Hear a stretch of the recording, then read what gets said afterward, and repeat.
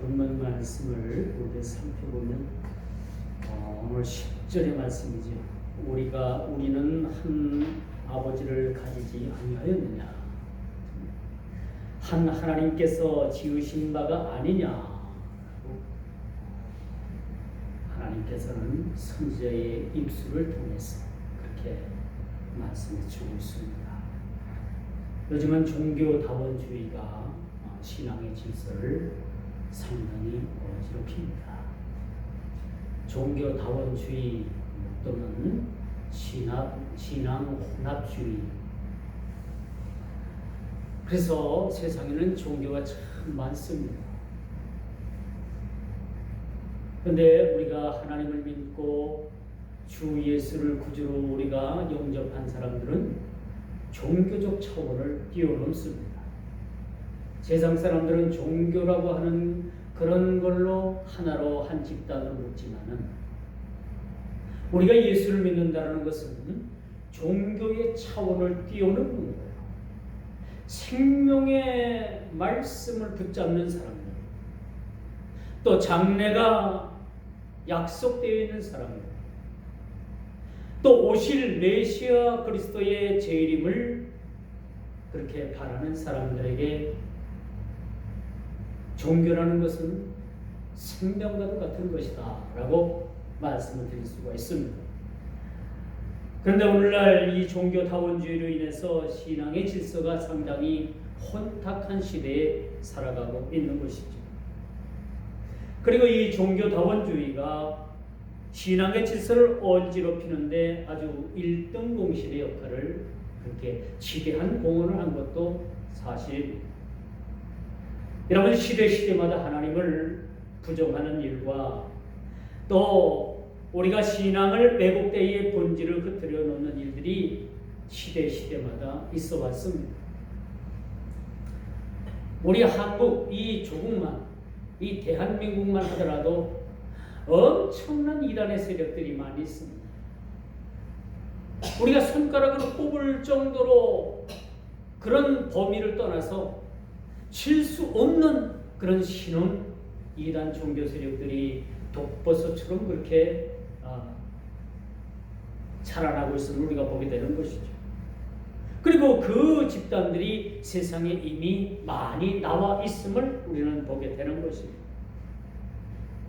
여러분, 놀랍게도요, 예수님 활동하시던 시대, 예수님 시대에도 정통 기독교에서 벗어난 그러한 잘못된 이단들이 여러분 활동을 했다는 사실들을 우리가 유념해 볼 필요가 있다고 볼 수가 있습니다.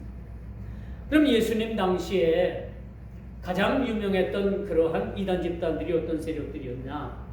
서기관들과 바리새인들이었습니다. 그래서 그들은 늘 예수님을 신랄했고 예수님을 대적했고 예수님으로부터 엄청난 그런 질책을 받고, 심지어는 그들이 예수님을 십자가에 못 박았다는 사실을 우리는 너무나도 잘 알고 있습니다. 우리가 다 아는 어느 이단 집단들은요, 기도를 해도 자신들이 추앙하는 교주의 이름으로 기도를 합니다. 기도를 열심히 해요. 근데 끝에 가서는 우리는 주 예수 그리스도의 이름으로 기도드리옵나이다, 기도드립니다라고 우리가 보편적으로 기도를 마치잖아요. 그런데 그들은 그들의 교주 이름, 안 뭐뭐뭐 이름으로 기도드립니다. 여러분들이 이름만 되면 다 아는 그런 이단 집단들입니다. 여러분 집에서 가까운, 여러분 교회에서 가까운 곳에 그 집단들이 지금 교회라는 그러한 이름으로 그렇게 독버섯처럼 그렇게 자라고 있음을 우리는 보게 됩니다. 교주의 이름으로 기도합니다. 안 뭐뭐뭐 이름으로 기도합니다. 여러분 참 우습지요? 아니 어째 기도를 했는데 그 사람 이름으로 기도를 해? 우리는 상식적으로 그것이 이해가 되질 않아요. 근데 거기에 빠져 있는 그 이단 집단들은 충분히 그것이 옳다라고 주장을 하는 거예요. 왜 그럴까요? 그들은 이미 미혹의 영에 빠져서 옳고 그름의 판단을 하지 못하는 겁니다. 판단의 기준이 없어진 거예요. 그래서 이 나무의 이름으로 기도드립니다. 우습죠? 얼마나 우습습니까? 우리는 얼마나 우스운지 모르지만 그들은 그렇게 미혹에 빠지게 되면 이 나무의 이름으로 기도드립니다 해도, 이 핸드폰의 이름으로 기도드립니다 해도 그것이 그들에게는 먹혀 들어가는 거예요. 그게 진실인 겁니다. 그들에게. 이만큼 이단의 세력들이 참 무섭습니다. 그래서 오늘 본문 10절의 말씀도 뭐라고 말씀을 해요? 우리는 한 아버지를 가지지 아니하였느냐? 한 하나님께서 지으신 바가 아니냐? 어찌하여 우리 각 사람이 왜 이런 말씀이 쓰여질까요? 왜 이 말씀이 쓰여졌을까요? 이미 하나님께서는 21세기를 사는 우리들에게 이 혼탁한 시대에 살아갈 것을 경고하는 그런 의미에서 이 말씀이 쓰여졌다 해도 과언은 아니라는 사실입니다. 그런데 여러분, 놀라운 것은요, 그렇게 사람의 이름으로 기도한 그 집단들이 그 사람의 이름으로 그렇게 기도를 마무리한 그 사람이 어떻게 됐는지 압니까? 그 교주가 어떻게 됐는지 알아요? 죄를 중히 짓고 감옥에 들어가서 죽었어요. 근데 그 사람은 평소에 가르치기를 그 교주가 가르치기를 자기는 영생불사한다. 자기는 재림주다. 장차 이 땅에 올 메시아가 누구냐? 바로 나다. 라고 그렇게 주장했던 사람이 죄를 짓고 감옥에 들어가서 그만 감옥에서 죽었어요. 옥살을 했어요. 그래도 그 사람은 그를 따르는 추앙하는 많은 사람들은 지금도 그 잘못된 그 교주를 맹신적으로 믿고 따르는 것을 우리는 보게 됩니다. 참 아이러니하죠. 아이러니하지 않습니까? 로마서 10장 2절에 보니까 그런 말씀이 있어요. 저희가 하나님께 열심히 있으나 지식을 쫓는 것이 아니니라. 이 말씀이 아주 매우 의미심장한 말씀으로 우리가 받아들여야 돼요. 저희가 하나님께 열심은 있으나 지식을 쫓는 것이 아니라, 하나님에 대한 열심은 있으나 잘못된 신앙, 그릇된 생각, 잘못된 방법으로 인해서 하나님을 믿는 그런 열심은 있었으나 그 하나님을 아는 지식에 이르지 못하였다라고 그렇게 말씀해 주고 있는 겁니다. 열심은 있었는데 방향이 틀린 거예요. 열심은 있었는데 목적지가 틀려진 겁니다.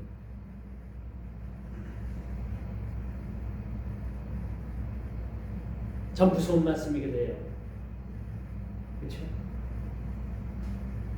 우리 기독교는 보편적으로 제가 믿는 하나님이나 여러분들이 믿는 하나님이나 그 하나님이 어떤 하나님이에요? 똑같은 하나님이죠. 그런데 만약에 여기 앉아있는 A라는 사람의 믿는 하나님이 틀리고 저쪽에 앉아있는 B라는 사람의 이름을 가진 사람이 하나님을 믿는 그 하나님이 틀리고 저쪽 뒤에 앉아있는 C라는 사람이 앉아있는 사람이 믿는 하나님이 틀리다라면 이것은 온전한 신앙이 아닌 겁니다.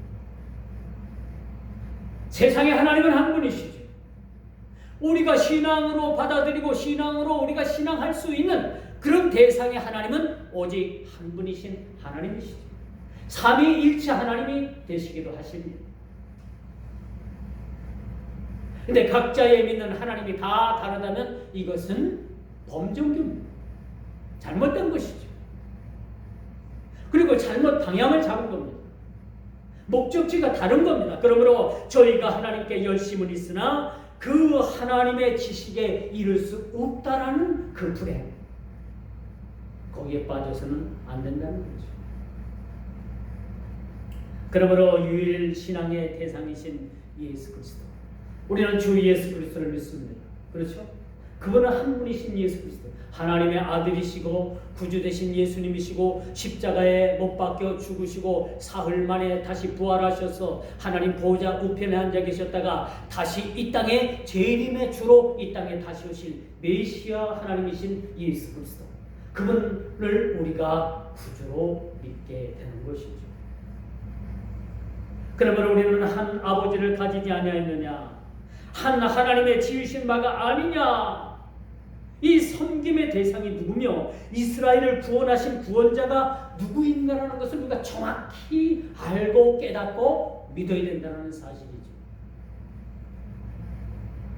그런데 우리가 미혹의 영에 빠지게 되면 이런 기준을 우리가 이 기준에서 멀어질 수가 있는 거예요. 하나님께서 가장 저주하시는 일이 무엇인지 압니까? 미혹의 영에 빠뜨려지는 일. 미혹의 영에 빠지면 여러분 헤어나올 수가 참 힘듭니다. 어떤 교파에서는 사람이 살다가 치매에 걸리면 지옥 간다고 그렇게 가르쳐요. 여러분들은 어떻게 생각을 합니까? 치매에 걸리면 지옥 간다, 천국 못 간다. 세상에 성경에 그런 말이 어디 있어요? 없어요. 그렇죠? 누구나 다 치매에 걸릴 그러한 어떤 환경에 그렇게 노출되어 있는 것이 사실인데, 치매에 걸렸다고 해가지고 지옥을 하나님께서 보내신다면 이거는 우리 인간적인 자의적인 방법으로 할 수가 없는 사실 아니에요. 누가 치매에 걸리고 싶어서 걸립니까? 안 그렇습니까? 참 믿던 장로님이 네 연세가 드시고 하나님 나라가 가까워지니까 이젠 정신도 혼미해지고 치매에 걸렸어. 그럼 하나님께서 그 치매에 걸렸다고 해서 그 장로님을 지옥 보내실 거냐? 아니란 얘기죠. 그런데 오늘날 잘못된 이 교리 가운데서 잘못된 이단 교파에서 그렇게 가르치고 있습니다. 치매에 걸리면 지옥 간다. 거기 가보니까 유명한 탤런트도 지옥 가 있고요. 우리나라의 뭐 대통령도 대통령 되었던 분도 거기 지옥 가 있고요. 최근에 죽었던 그 대통령분도 그 지옥 가 있고요. 물론 갈 사람은 가겠지만은 하나님께서 자녀 삼아 주시고 하나님 자녀로 살던 그러한 신앙인들은, 그런 그리스도인들은 절대 지옥을 갈래야 갈 수가 없는 사실을 우리가 기억해야 합니다. 여러분, 영락교회 원로 목사님이셨고 그 목회를 하셨던 한경직 목사님도 목회 은퇴를 하시고 나중에 치매에 걸리셨다고. 그가 그래서 남한산성에 그 남한산성에 안에 있는 그 산기슭에 거기서 거처를 하면서 기도하면서 그렇게 생을 마쳤습니다만, 그분도 그 한경직 목사님도 치매에 걸렸다라는 그런 이야기가 있습니다. 여러분, 우리가 믿는 유일 신앙이신 유일한 그 대상인 예수 그리스도, 그분의 공로로 인해서 우리는 하나님 나라를 갈 수 있고 장래가 보장이 된다는 사실이죠. 그러므로 이스라엘을 구원하신 자가 누구인지를 우리는 알아야 합니다.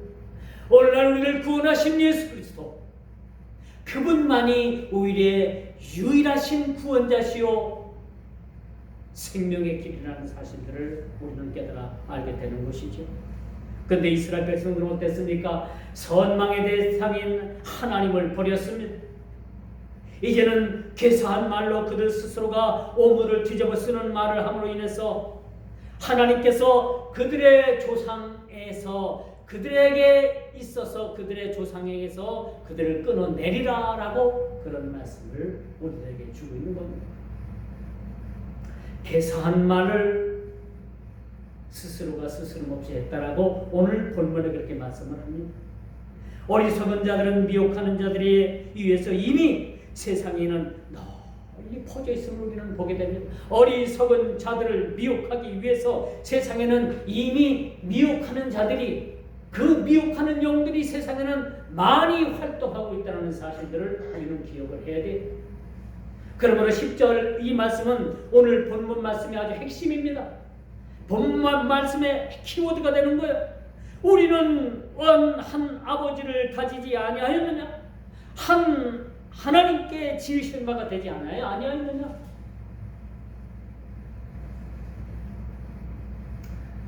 이런 계산말로 흘리는 일에 많은 어리석은 자들이 그 계산말에 넘어갔습니다.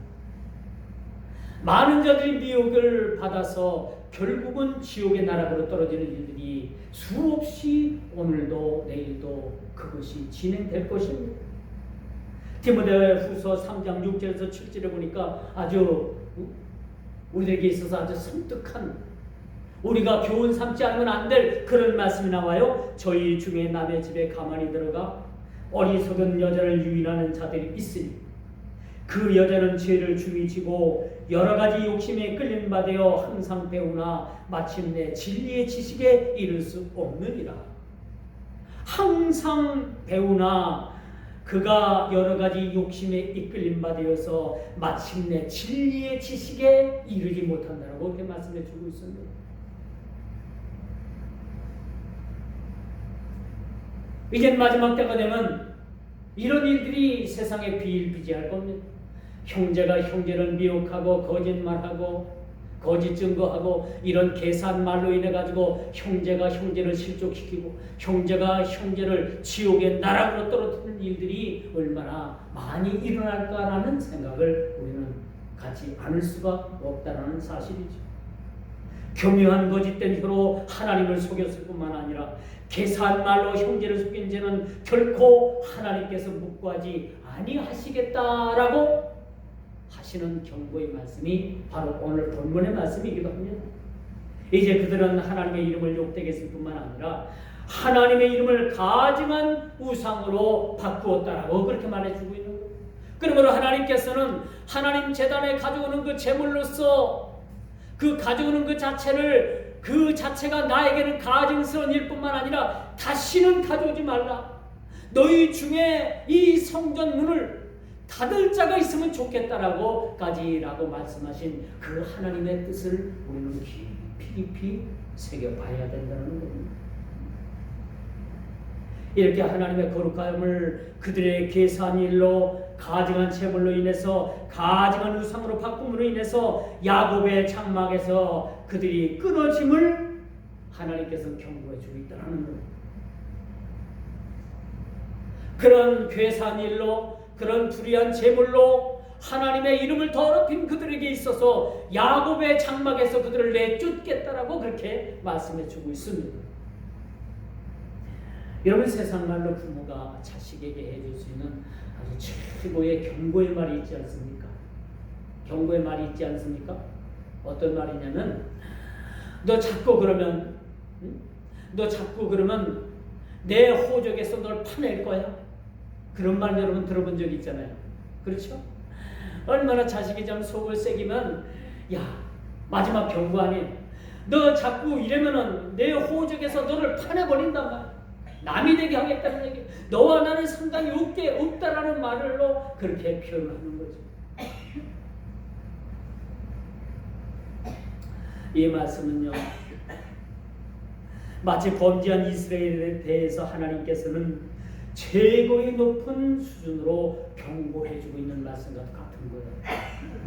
내 호적에서 파내겠다라는 우리 일상생활에 있어서의 이런 말과 같은 하나님께서 이러한 이스라엘 백성들 괴사를 그렇게 통해서 형제를 실족시키고 또 하나님 제단에 가증한 제물을 드려가지고 하나님의 이름을 더럽힌 너희들을 야곱의 장막에서 그들을 내어 쫓겠다는 겁니다. 하나님의 족보에서 그 하나님께서 선택한 그런 선민의 백성에서 그들을 내쫓을 뿐만 아니라 그들에게서 끊어지게 하겠다라는 말씀이 오늘 본문의 말씀임을 우리는 깊이 깨달아야 되는 겁니다.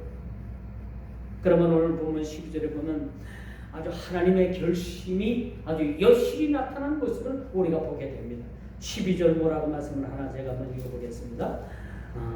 이 일을 행하는 사람에게 속한 자는 깨는 자나 응답하는 자는 물론이요 만군의 여호와께서 제사를 드리는 자도 여호와께서 야곱의 장막 가운데서 끊어버리시리라. 이 일을 행하는 자가 어떤 자들입니까? 불의를 행하고 불의의 제물을 드리고 또 거기에다가 개사한 말로 형제를 실족시키고 그런 자들을 야곱의 장막에서 내어 쫓겠다라고 그렇게 말씀해주고 있음을 우리가 보게 됩니다.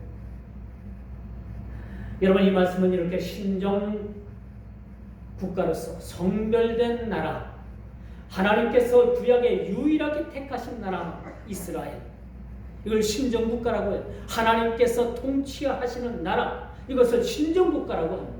하나님의 통치를 받는 그런 민족, 나라, 이것을 신정 국가라고 하죠. 이런 이스라엘 백성들은 다른 민족과 구별되도록 아주 하나님께서 특별히 구약에 그런 하나님의 선민의 백성으로 불러주셨던 그런 민족이기도 합니다. 따라서 이 선민의 자격을 상실하는 것은 하나님의 결단을 촉구하는 경고의 말씀임을 우리가 받아들여야 됩니다. 이렇게 선민의 백성으로 신정국가로서 세움받았던 그들이 하나님께서 그들을 버리시겠다라고 경고할 정도의 그러한 하나님의 마음이라면, 그런 하나님의 결심이라면 이스라엘 백성들이 이를 깨닫고 마땅히 돌아와야 되지 않겠느냐, 그 죄에서 돌이켜 누이치고 다시 하나님께서 원하시는 자리로 돌아와야 되지 않겠느냐라는 말씀이 오늘 본문 말라기 선지자가 이스라엘 백성들에게, 그 시대를 살던 그 이스라엘 백성들에게, 오늘 21세기를 사는 우리들에게 주시는 하나님의 말씀임을 우리가 그 말씀으로 받아들여야 된다는 사실이죠. 또 하나의 가정스러운 이스라엘의 제목은 이것입니다. 너희가 이런 일도 행하나니 곧 눈물과 울음과 탄식으로 여호와의 단을 가리게 하는도다. 13절의 말씀입니다. 그들이 하나님 제단에 불의한 제물로서 하나님의 이름을 더럽혔을 뿐만 아니라 그 형제들 간에 계산 말로 형제들을 실족했을 뿐만 아니라 13절에 보니까 또 이런 일을 너희들이 행했다고 해요. 어떤 일입니까? 어떤 일이에요? 너희가 이런 일도 행하나니 곧 눈물과 울음과 탄식으로 여호와의 단을 가리게 하는도다. 하나님은 도무지 그게 싫다는 겁니다. 너희들의 가증스러운 눈물이 하나님은 도무지 참을 수가 없다는 겁니다. 그러므로 여호와께서는 다시는 너희의 헌물을 돌아보지도 아니하시며 그것들을 너희 손에서 기꺼이 받지도 아니하시겠다라고 이렇게 말씀합니다. 이제 가증한 제물을 드림으로 하나님의 제단을 더럽힌 너희들이 그것도 모자라서 거짓 눈물과 통곡과 탄식으로 내 단을 더럽힌단 말이냐. 이 하나님의 탄식을 우리가 들어봐야 됩니다. 하나님의 탄식. 하나님께서도 지정의를 가지신 그런 분이시라서 하나님께서도 그 불의를 보고 탄식하시는 하나님이십니다.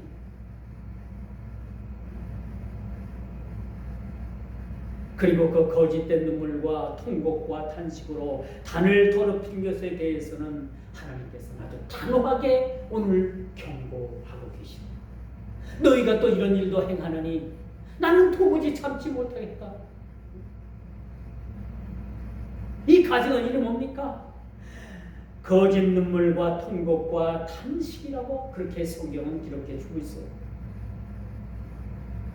요 며칠 전에 어떤 대선 후보가 자신의 정치적 고향이라는 곳에 그것을 방문해가지고 연설 도중에 아주 펑펑 우는 모습을 TV를 통해서 저는 봤어요. 그런데 일부 사람들은 이분이 하는 행동이 악어의 눈물이다, 악어의 눈물을 흘린 것과 같다, 그렇게 얘기를 합니다.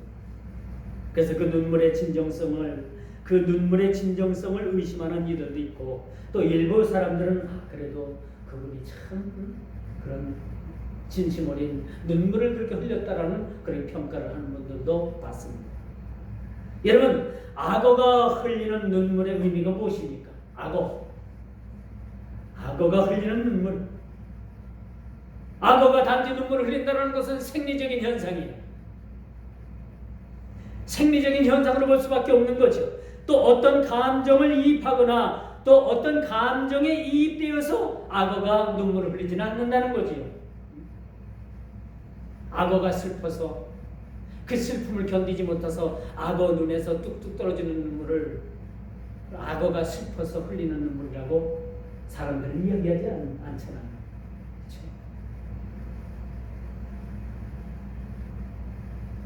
여러분, 형제에 대한 최소한의 양심의 가책에 의한 눈물인지 우리는 한번 살펴봐야 됩니다. 우리가 흘리는 눈물이 과연 어떤 눈물일까? 여러분, 하나님 앞에 나와서 우리가 기도하다 보면 어느샌가 참 내가 나도 모르게 눈물이 쭉 흐를 때가 있어. 그렇죠? 그런 걸 여러분들이 느낄 때가 있어. 그러면 여러분, 흘리는 눈물의 눈물의 의미가 무엇일까? 내가 오늘 하나님 앞에 나와서 기도하는데 나도 모르게 눈물이 나고 콧물이 나고 엉엉 울다가 내가 더 이상 기도도 못하고 돌아갔는데 이 눈물의 의미가 무엇일까? 어떤 이는 그동안 지내왔던 하나님의 은혜에 감사하고 그 은혜를 생각하니 너무나도 감사하고 구원받지 못하고 참으로 영벌에 질 수밖에 없고 지옥의 나락에 떨어질 수밖에 없는 나 같은 이 나부랭이 같은 나를 구원해 주신 그 하나님의 은혜를 깨닫고 그 은혜에 감사해서 펑펑 흘렸던 눈물이 있는가 하면 어떤 이들은 하나님 앞에 나와서 기도하는데 참 자기 자신의 처지가 처량하고 자기 자신의 모든 삶이 고통스럽고 모든 삶이 그렇게 어렵고 힘들어서 하나님 앞에 펑펑은 눈물도 있을 겁니다. 여러분들이 흘리는 눈물이 아주 다양성을 가지고 있다고 우리가 볼 수가 있어요. 어떤 이들은 자신의 처지를 생각해서 그렇게 흘리는 눈물이 있고 어떤 이들은 하나님의 은혜가 너무나도 감사해서 그렇게 흘리는 눈물도 있을 것이고요. 은혜를 깨닫고 우리가 흘리는 눈물도 있고 자신의 삶이 고달프고 억울한 일을 당해서 흘리는 눈물도 있을 것입니다. 과연 여러분, 우리가 흘리는 눈물은 어떤 의미의 눈물이라고 생각을 하십니까? 그래도 오늘 본문 13절 우리가 한번 보십시오. 너희가 흘리는 눈물, 그 눈물마저도 나는 그것이 가증스럽다는 것. 하나님께서. 그러므로 우리는 괴사를 행치 말아야 합니다. 괴사가 뭡니까? 오늘 본문에 등장하는 이 괴사의 말이라는 말이 무엇이라고 여러분 말씀드릴 수가 있겠습니까? 이 괴사는 간사한 국어사전에 찾아보니까요, 간사한 것으로 남을 속이는 것이다. 형제에게 그렇게 괴사를 늘어놓는 그 자체가 형제에게 간사를 하는 것이고 거짓을 하는 것이고 형제를 이유 없이 비방하는 것이라고 말씀드릴 수가 있는 거죠. 하나님께서 너희가 내게 가져오는 그 불의한 재물을 드림으로 인해서 나를 가증스럽게, 내가 너희를 가증스럽게 생각하는 것도 모자라서, 내 이름을 더럽히는 것으로 모자라서 너희가 괴사를 범하는도다 라고 그렇게 말을 합니다. 너희가 괴사의 말을 하는도다 라고 그렇게 말을 하고 있습니다. 그러므로 우리는 말 한마디를 해서 참 곱씹으면서 말을 해야 될 것 같아요. 내가 이 말을 함으로 인해서 내 형제가 혹은 실족하지는 않겠는가? 내가 말을 하도 진정성을 가지고서 간사한 말은 아닌가? 거짓된 말은 아닌가? 남은 내 형제를 속이는 말은 아닌가? 라는 그런 생각을 가지고서 우리가 말을 해도 한마디 해야 된다는 사실입니다. 11절 보십시오. 괴사를 행하는 너희들이요 라고 말씀합니다. 누가 행한다고요?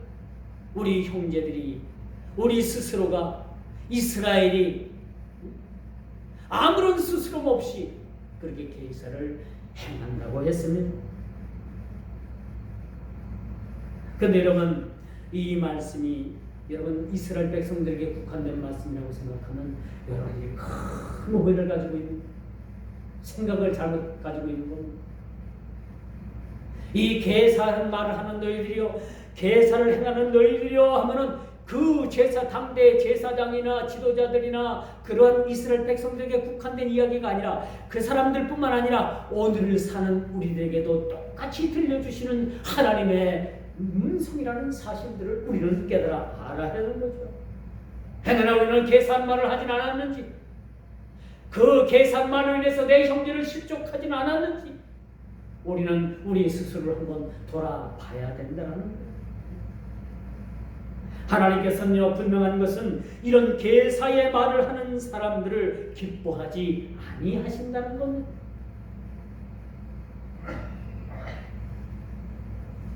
그리고 여러분 15절 뭐라고 말씀을 해요? 11절에는 계사를 행하는 너희들이요 한번 들어봐라. 15절에 뭐라고 말씀을 합니까?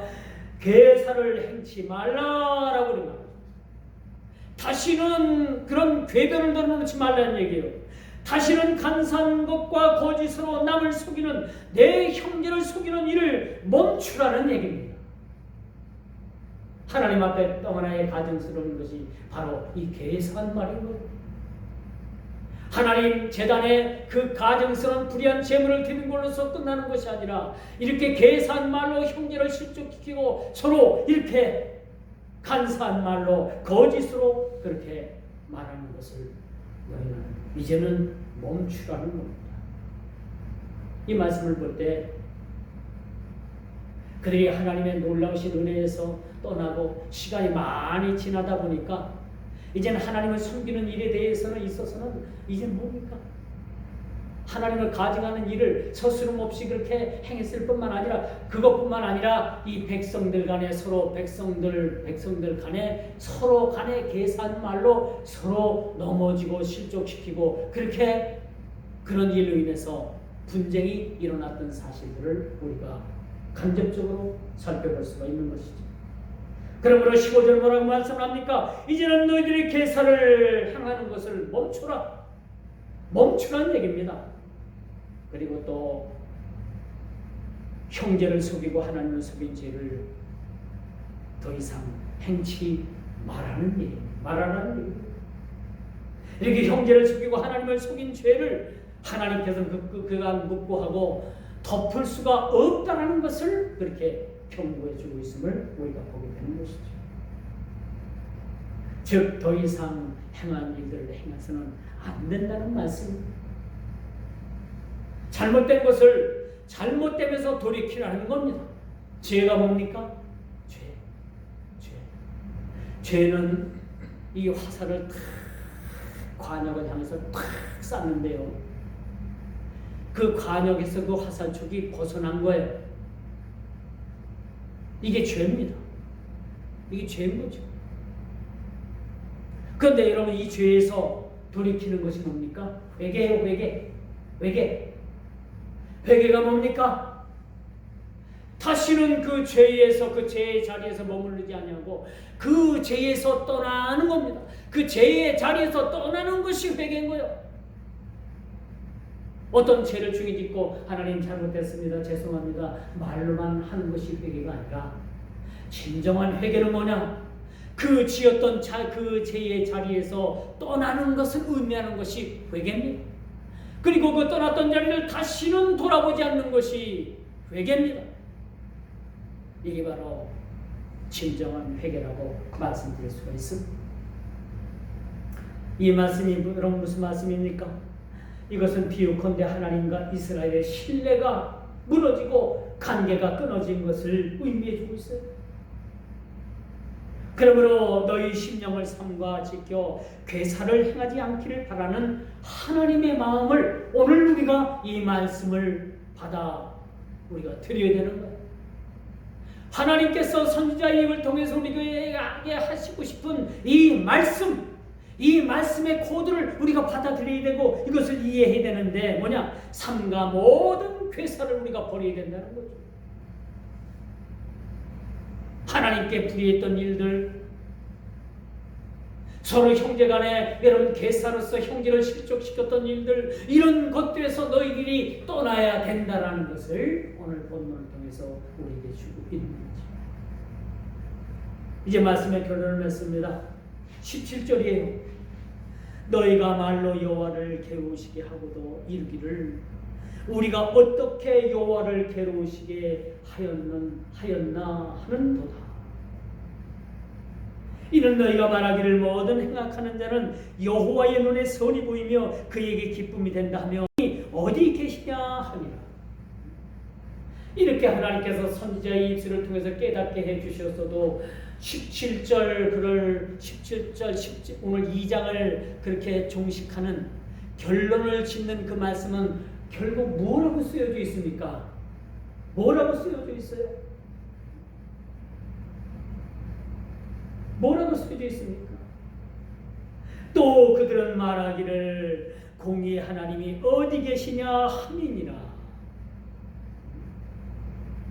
이렇게 무딘 백성들, 이렇게 깨닫지도 못하는 백성들, 이렇게 적나라하게 그들의 죄를 그렇게 제시해줘도 그것을 부정하는 사람들, 종국은 뭐라고 그들이 고백을 합니까? 하나님이 어디 계시냐 함이니라 라는 말로 2장이 그렇게 결말을 이야기해 주고 있습니다. 보게 됩니다. 이것은 심히 하나님에 대한 너무나도 무지, 하나님에 대한 너무나도 큰 범죄, 하나님에 대한 너무나도 큰 그런 죄악이라는 사실을 우리가 보게 되는 거예요. 17절로 하나님께서 이스라엘의 죄악을 다시 한번 지적을 합니다. 행한 일에 대해서 멈출 것, 다시는 너희의 심령을 삼가지켜 계사를 행하지 말라라고 그렇게 말합니다. 사랑하는 성도 여러분, 이 말씀이 그 당대에 쓰여진 그 구약의 백성들, 말라기 시대에 쓰여졌던 그 시대의 백성들에게만 주어지는 말씀이 아니에요. 오늘 사는 우리 모두에게도 하나님께서는 사신 하나님을 우리가 온전히 섬기고 그 하나님 제단 앞에 우리가 깨끗한 마음과 온전함으로 나아가고 깨끗한 마음으로 우리가 하나님 앞에 예물 드리고 우리 형제들 간에는 좋은 말, 살리는 말, 경건의 말, 그런 말로 우리가 서로 그 말을 우리가 통해서 서로 교제하라는 얘기입니다. 계산 말로 죽이라는 얘기가 아니에요. 더 이상 불경스러운, 더 이상 가정스러운 제물로 하나님을 이름을 더럽히는 일들을 어제도 그랬고 오늘도 그랬고 내일에 있어서도 이것이 영원히 우리가 해서는 안 될 그러한 하나님의 경고의 말씀이라는 사실들을 우리가 깊이 깨닫고 이 말씀으로도 깊이 우리 마음의 신비에 새기고 돌아갈 수 있는 저와 여러분 모두가 되기를 주님의 이름으로 축원하면서 말씀을 맺도록 하겠습니다. 기도합니다. 주님